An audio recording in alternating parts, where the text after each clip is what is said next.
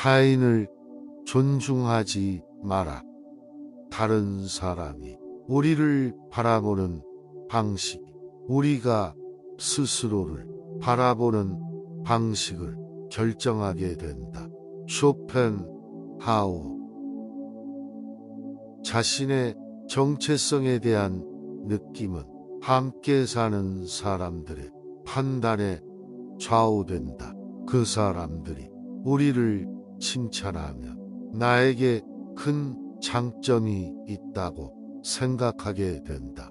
우리가 방에 들어갔을 때 눈길을 피하거나 직업을 밝혔을 당황한 표정을 지으면 나는 가치 없는 사람이라고 스스로를 의심하게 될 수도 있다. 이상적인 세계에서라면 이렇게 남들의 반응에 좌우되지는 않을 것이다. 무시를 당하든 주목을 받든 칭찬을 받든 조롱을 당하든 흔들리지 않을 것이다. 누가 엉터리로 우리를 칭찬하는 소리에 귀가 솔깃하지 않을 것이다.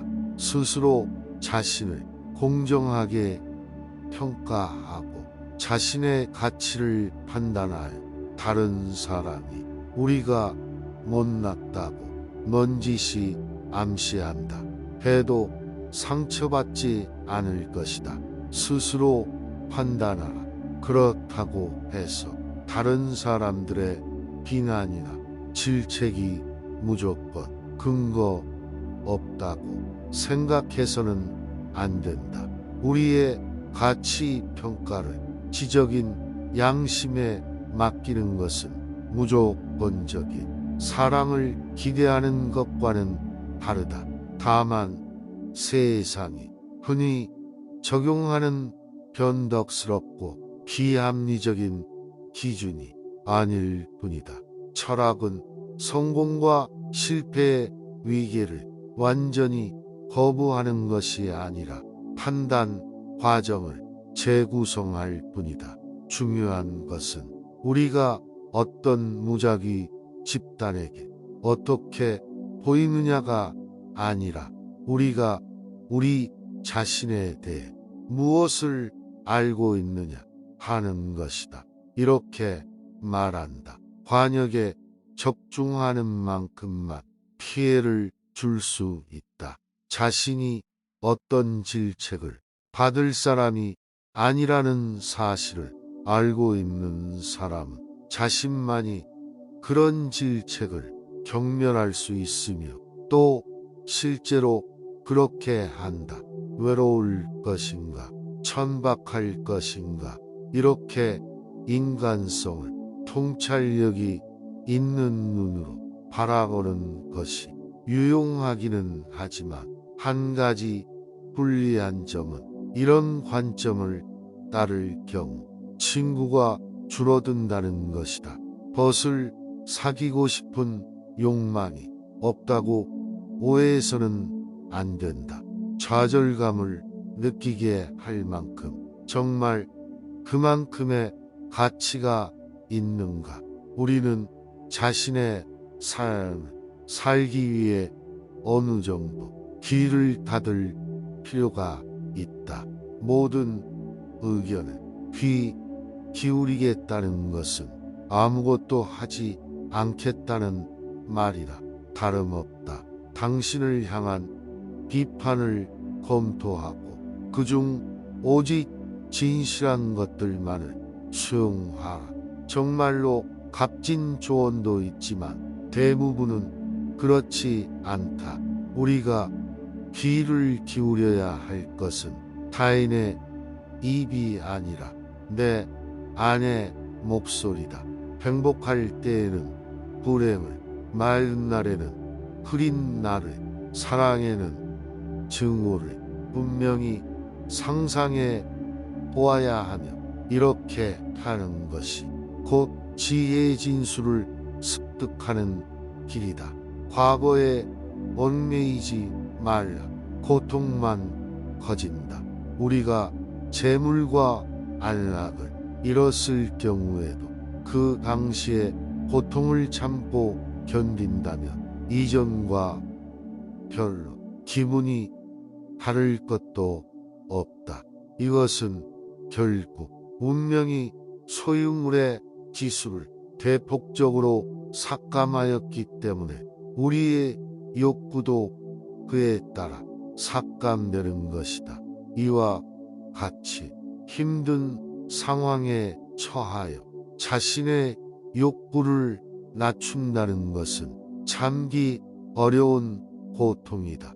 그러나 과거의 욕구를 조금만 낮춘다면 고통은 점점 사라지고 드디어는 전혀 고통을 모르고 살아갈 수 있다.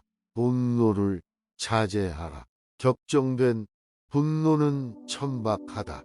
자신의 격정된 분노 혹은 증오심을 말과 표정으로 표현하는 것은 자신을 위태롭게 함은 물론 옹졸하고 천박한 짓이다. 따라서 분노와 증오는 정확한 행위에 의해서만 표시되어야 한다. 그런데 증오를 완전히 수행하려면 그만큼 분노를 자제할 필요가 있다. 독이 있는 동물은 피가 차다. 작은 것에 얽매이며 큰 것을 놓친다. 몸에 조그만 상처가 나거나 통증이 있으면 건강한 몸 전체에 대해서는 조금도 달갑게 여기지 않고 오직 그 환부의 고통만이 마음에 걸려 삶에 대한 즐거움을 느끼지 못하게 된다.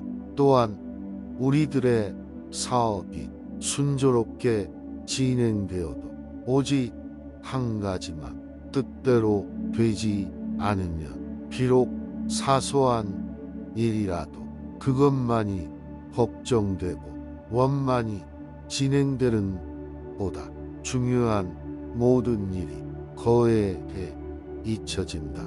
존경받고 싶다면 침묵을 지켜라. 허용은 말이 많으며 자부심은 말이 적다. 그런데 언제나 말이 많은 것보다 침묵을 지키는 것이 한층 더 손쉽게 다른 사람들의 존경을 받게 되므로 허영심이 많은 사람들은 이 사실을 깨달아야 할 것이다. 그리고 자부하려는 생각만으로는 단지 그럴싸하게 보일 따름이다. 그러므로 그럴 땐 일시적인 존재는 얼마 안 가 무너져 버리고 만다. 왜냐하면 참된 자부심은 오직 자기의 장점과 뛰어난 가치에 대한 움직일 수 없는 확신에 의해서만 이루어지기 때문이다. 타인에게 자신의 뜻을 관철시키고자 할 경우 어디까지나 진실하고 냉정한 태도로 설명하지 않으면 안 된다. 왜냐하면 모든 열심은 의지에서 비롯되며 지성의 본질은 냉정이므로 자기의 의견을 말할 때 감정적인 열성을 보이면 세상 사람들은 그것을 지성보다 의지의 소치라고 생각하기 때문이다. 다시 말하면 인간에게 중요한 것은 의지이며 지성은 이차적이고 부수적인 것이므로 그들은 참된 의견이 의지의 흥분을 가져오는 것을 모르고 흥분한 의지가 그릇된 의견을 초래한 것으로 오인한다. 개인적인 일은 비밀로 하라. 개인적인 비밀은 깊이 숨겨두어야 한다. 아무리 친한 친구에게도 객관적인 자기 모습만 보여주는 것이 좋다. 주관적인 입장에서는 친구도 역시 남이기 때문이다.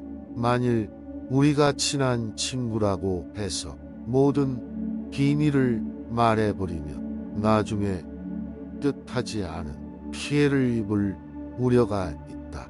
예부터 과묵함을 처세수의 근본으로 삼은 것은 그 때문이다. 아라비아의 격언에 이 같은 지혜가 담겨져 있다. 적에게 알려서 안 될 일은 친구에게도 알리지 말라. 비밀을 지키면 비밀의 주인이 되지만 비밀을 고백하면 비밀의 노예가 된다.